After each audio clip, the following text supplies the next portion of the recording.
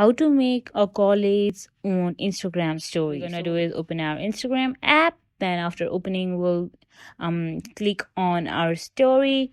I mean your story, and then we'll go to our camera, and there we will click on create. And after clicking on create, we will go on the stickers, and we can scroll down, and there we can see our option that we can select from our gallery, and we'll click on it, and we can select some pictures that we like to make collage of, and change their shapes and sizes.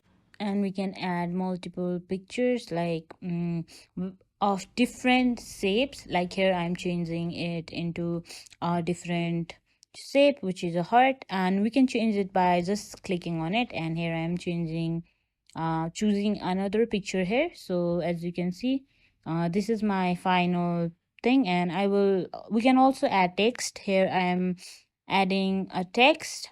So after adding a text, it is ready to be uploaded on our Instagram. So yeah, that is how to make a collage in our Instagram story.